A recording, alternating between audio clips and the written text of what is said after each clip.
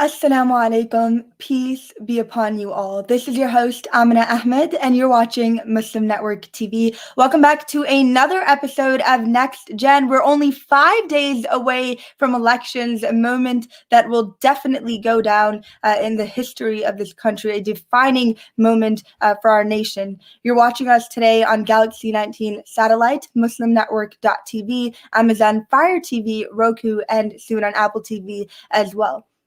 Now, because elections are so near to us, I thought, why not bring in somebody who is involved locally, who is not only going after the elections, but is involved in the community more than just this November elections. We have with us Nora Gruenberg, who is the chair of the Will County Democrats Central Committee and secretary of the Illinois Democratic Women of Will County. She currently works with State Senate Majority Whip Mike Hastings and is passionate about getting people involved in government and public process. So amazing to have you, Nora, in these times. Just the fact that I was even able to get a hold of you, phenomenal. Thank you for the work that you do.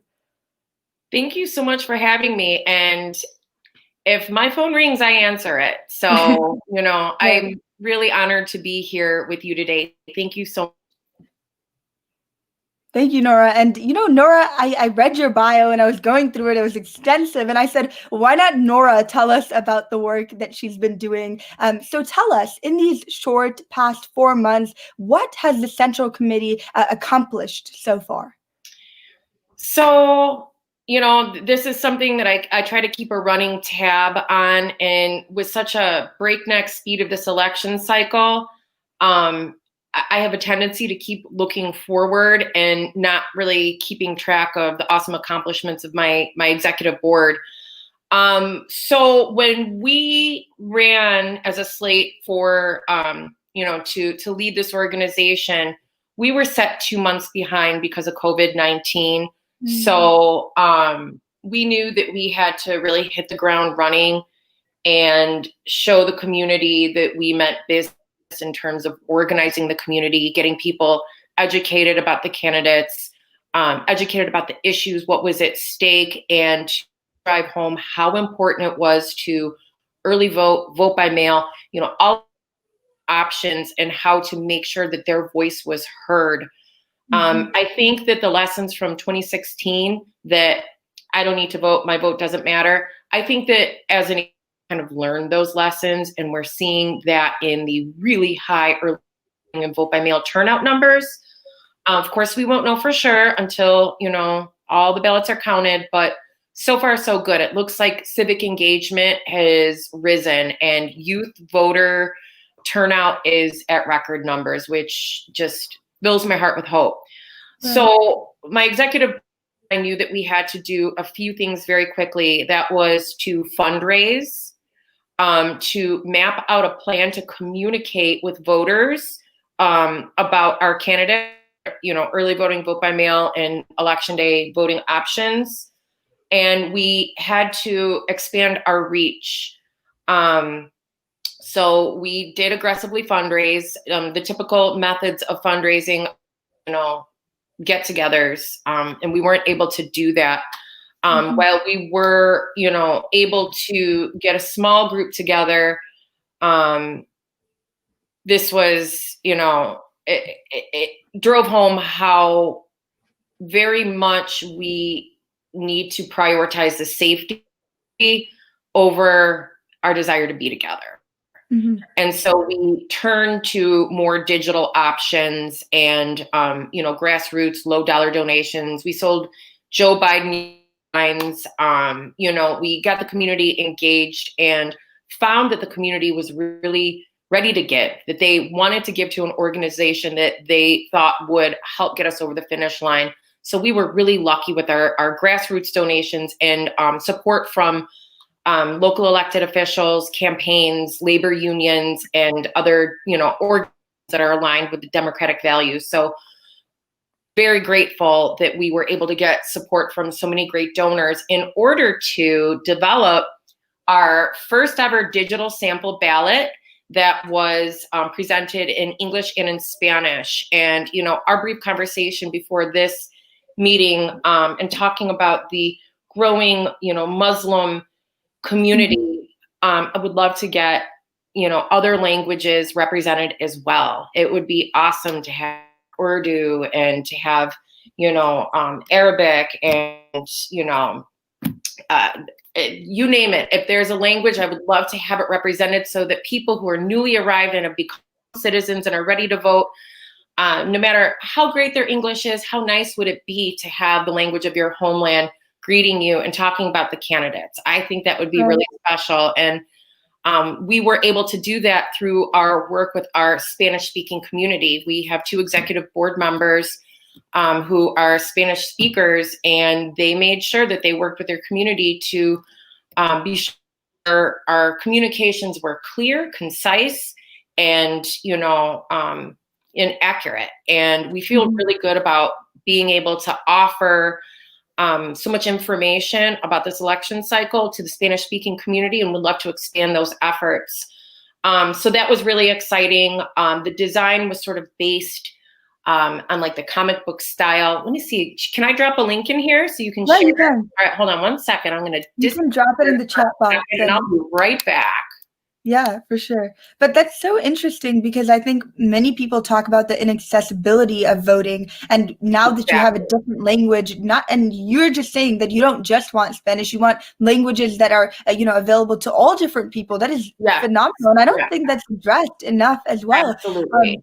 So Nora, I'll wait for you to drop in the link, and just something else to think about. You talked about the numbers of voters that we're already having right now, a record number. And what does that tell us about where our nation is headed? And I want to hear kind of that positive note from you. And to me, it is positive. Clearly, as the chair of the Democratic Party in Will County, I want all of these voters to be Democratic, but I know that that's not likely. And I think it's so important, and I'm going to get back to your question. I think it's so important that we begin to communicate with each other once again. We're not always going to agree, but I think we need to find like our center and our values and how we can relate to one another again so that we can get past the divisiveness. But what this is showing me is that people are not taking their vote for granted, that people are responding to the fact that elections have consequences, and elections are won and lost to the tune of 1 vote. And while no, our presidential elections aren't set up like that, the fact is turnout still matters. The Electoral College still depends on the turnout of those states to kind of let us know which way a state's going to go. States do flip. They do go from red to blue or blue to red, and usually it's red to blue, but that's right. The point. The point is that engagement is up. People are not taking things for granted, and this means that they're watching, they're listening, they're paying attention. And that says to me that more people, I think, are going to take issue with the divisive rhetoric, with messages that are meant to exclude people, to alienate people, and to ultimately do harm to people. And that's my hope. But I don't have a crystal ball. Analyzing data and making predictions is what got us into trouble in 2006. So I don't want to make that same mistake, but I will say that this huge uptick in turnout to me says that people are more engaged, and that is a good thing. Right. And we all hope, the end game will obviously be different this election. But like you said, we don't want to get our hopes to the point where we just sit back, just 5 days before election. We're at this critical moment. But what challenges, Nora, have you faced, right, in your position as the chair of the Will County Democratic Central Committee? I know that there must have been some, and I want you to kind of tell us about that. Tell some of our younger audiences who hope to get involved as well. What are they? One of the things, in our little brief conversation before we started was that politics, electoral politics, the political world is not for the faint of heart. That, it's not that you can't be soft and sensitive and, and caring, but it's that you have to shield yourself with your mission and your goals, because people will fight dirty. they will get angry at you. They will take shots at you. They will try to take you down if they feel that, that if they feel that you're their opponent. Okay, baby. Primary races are really difficult, and the contest to become the chair of the Will County Democratic Central Committee was very much like a primary. It was myself and the chair before me who we battled it out. And, just like in any primary, people pick their sides, and you have to recognize and understand, no matter what kind of relationship you may have with someone, if their relationship with your opponent is stronger or they choose them, you got to accept that and move on.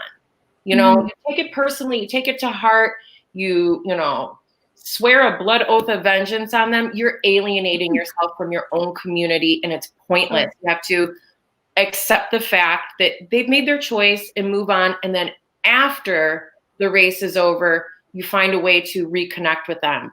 And if you go about a race in such a way that your focus is on the win and not the net gain of winning, which is to make positive change, then you're only hurting yourself.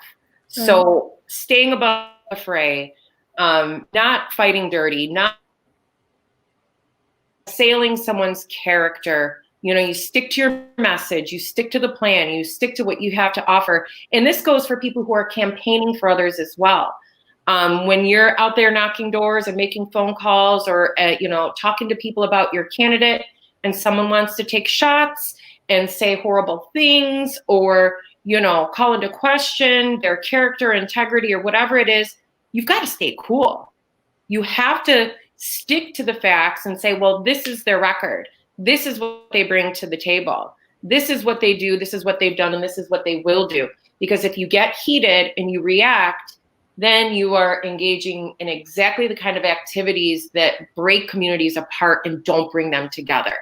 You got to let it roll off you. And it can be hard sometimes. People, that you thought, had your back and, they don't. Well, that's life. So if you're going to get involved in the political arena, stay focused on your mission, stay focused on your goals. It's not about you. Don't take it personally. You can't, no matter how personal it feels or seems, take yourself out of the equation, put your ego in the back seat, and let your mission drive, because that's how you're going to get through it and demonstrate the kind of leadership that says, let's work together. And that'll bring people back. People might not always like you, but if they respect you and trust you, you can live without that. But the trusting and the willingness to work together is so much more important.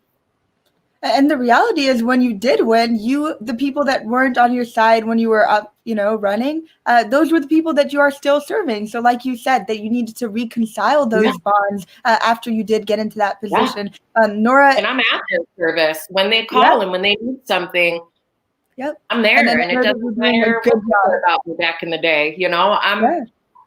My style of leadership is very much a servant leadership. You as a leader, I think it's really important that, of course, setting the tone and, setting a vision, but you're there to provide supports to people who want to do the work with you. It's my job to make sure that the township chairs and the PCs have access to the information and the resources that they need so they can reach out to the voters and do their job. And if I'm not doing my job, it's harder for them to do their job. And so we have to have good working relationships, and we do. And I'm really proud of our township chairs. We have 10 robust Democratic organizations led by, dedicated volunteers, their precinct committee people. And, this is all volunteer. So they spend so much of their free time and their energy. It's my dog. See, I'm focused on the message. Don't worry about it. Yeah. Kenny? Don't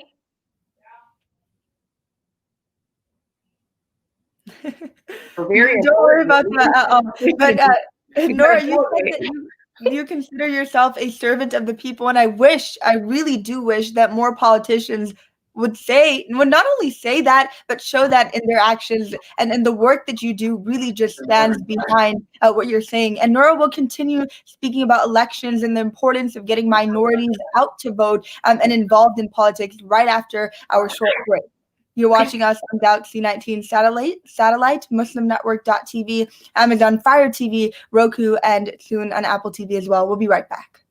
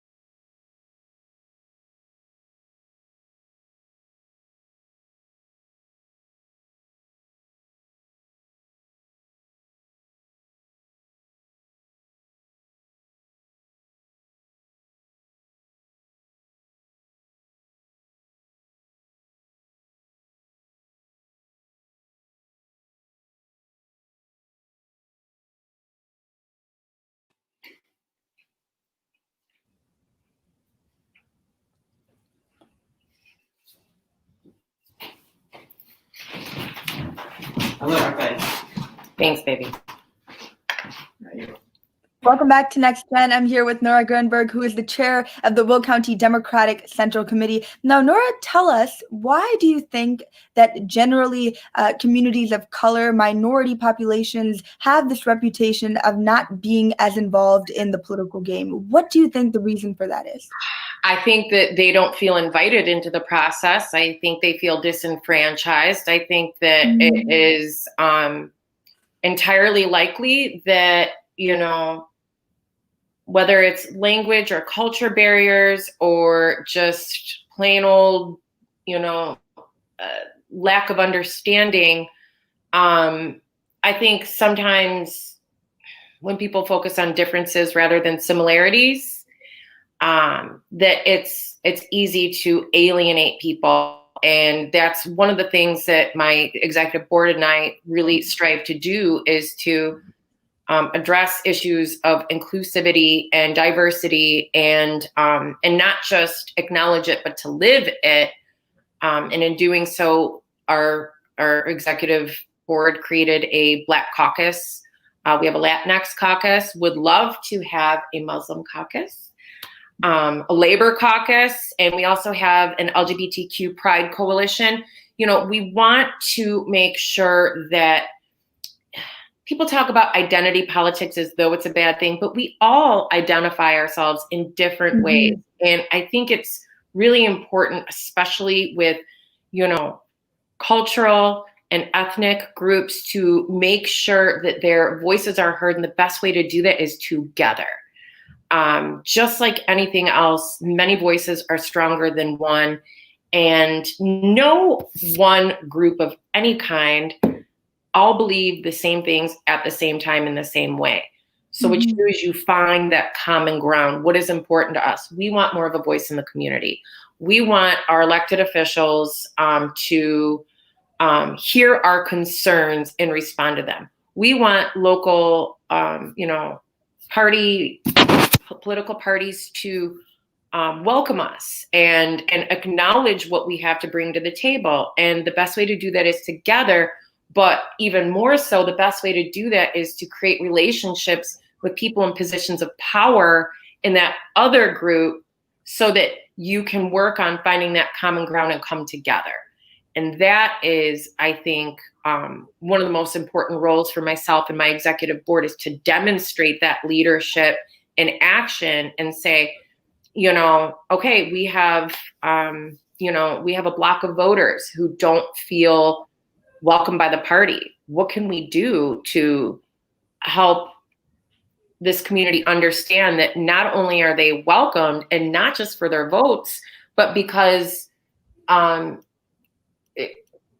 power that people bring from their communities, it's undeniable. And to try to exclude people it's just, to me, that's that's the most counterproductive thing we can do as humans. We're social animals, and finding the commonalities has historically done us all a world of good. Yeah. And Nora, I'm going to stick to one of the things that you said, the Muslim caucus. I'm not going to forget that. I'm going to hold on to that, and hopefully lead we it. can work together to create one, because I do think that we need, as a Muslim, I'll tell you, I think that we do need more of that, and just these kind of, like you said, these people in power reaching out. It means a lot to communities who aren't really used to that. And even hearing some of the things that you were saying, that identity politics, although it's portrayed as a bad thing, we all do identify as something. So really nice to hear that from someone like you. I nominate you to be our Muslim caucus leader. So, and I accept. Yeah, all right. Awesome. Nora, we do need to continue talking about this after our show. Now. I'm not sure if you're aware of that, but we're friends now. So yeah. Oh, of course. Right. I was, I didn't even think we needed to say it. I think Nora, just hearing you talk is amazing. Listeners out there, we're friends. Yeah. Nora and I are friends. That has been established through today's episode. So if there's anything you want to take away, no, I'm just kidding. But Nora, why would you encourage the Muslim audience to go out? What do you think that there is for them out there so that they can go and vote and get involved politically, whether that be in a campaign or otherwise? Your vote is your voice, but that is not the only way to engage. Especially in communities where immigration status may be an issue, do not let that preclude you from engaging in the political, the electoral, the government process. Your voice matters. And if you can vote, you should vote, because that's how you put your skin in the game. That's how you turn the tide. That's how you move things. And when you're a member of a community, whether you're a woman or whether you're LGBTQ or you're Black or Muslim, whatever identity you choose to identify with in that particular moment, numbers are power.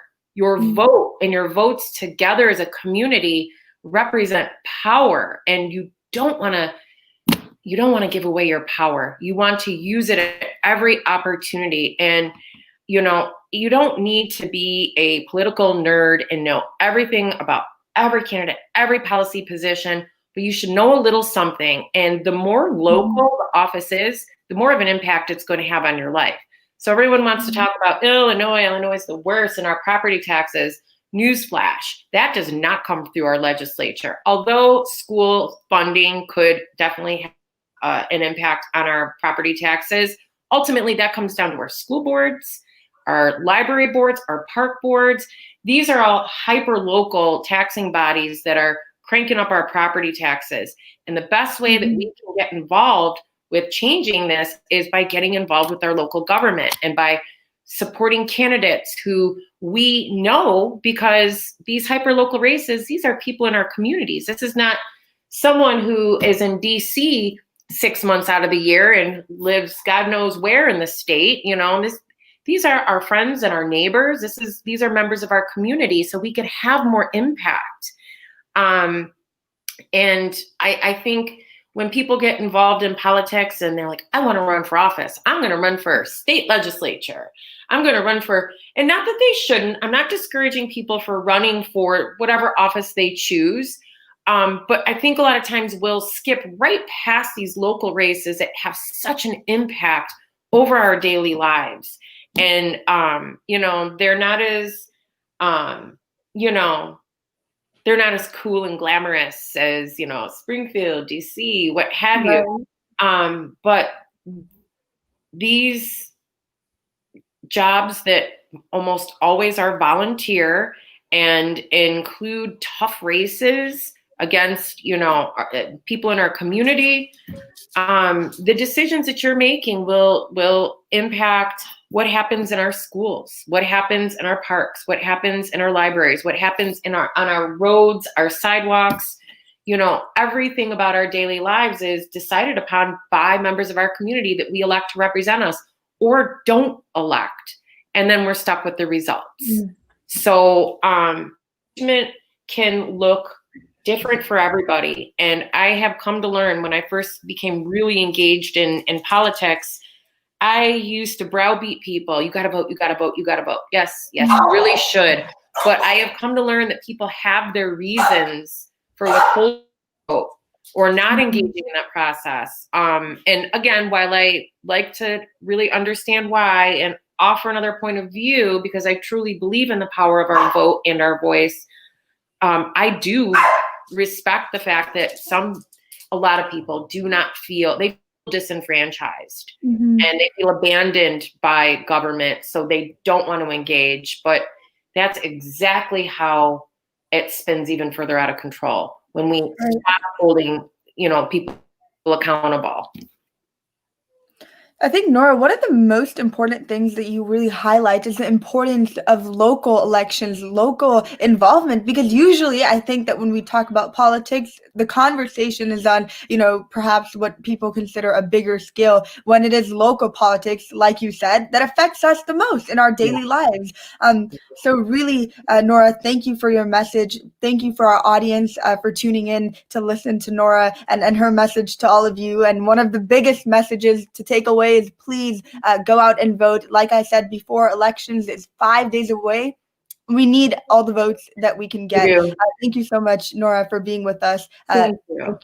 Thank you to our audience for tuning in, and hopefully we'll be back next week, and I hope that you all will vote and we will get the outcome that we anticipate. Assalamu alaikum. Peace be upon you all. Take care, everyone. Assalamu alaikum.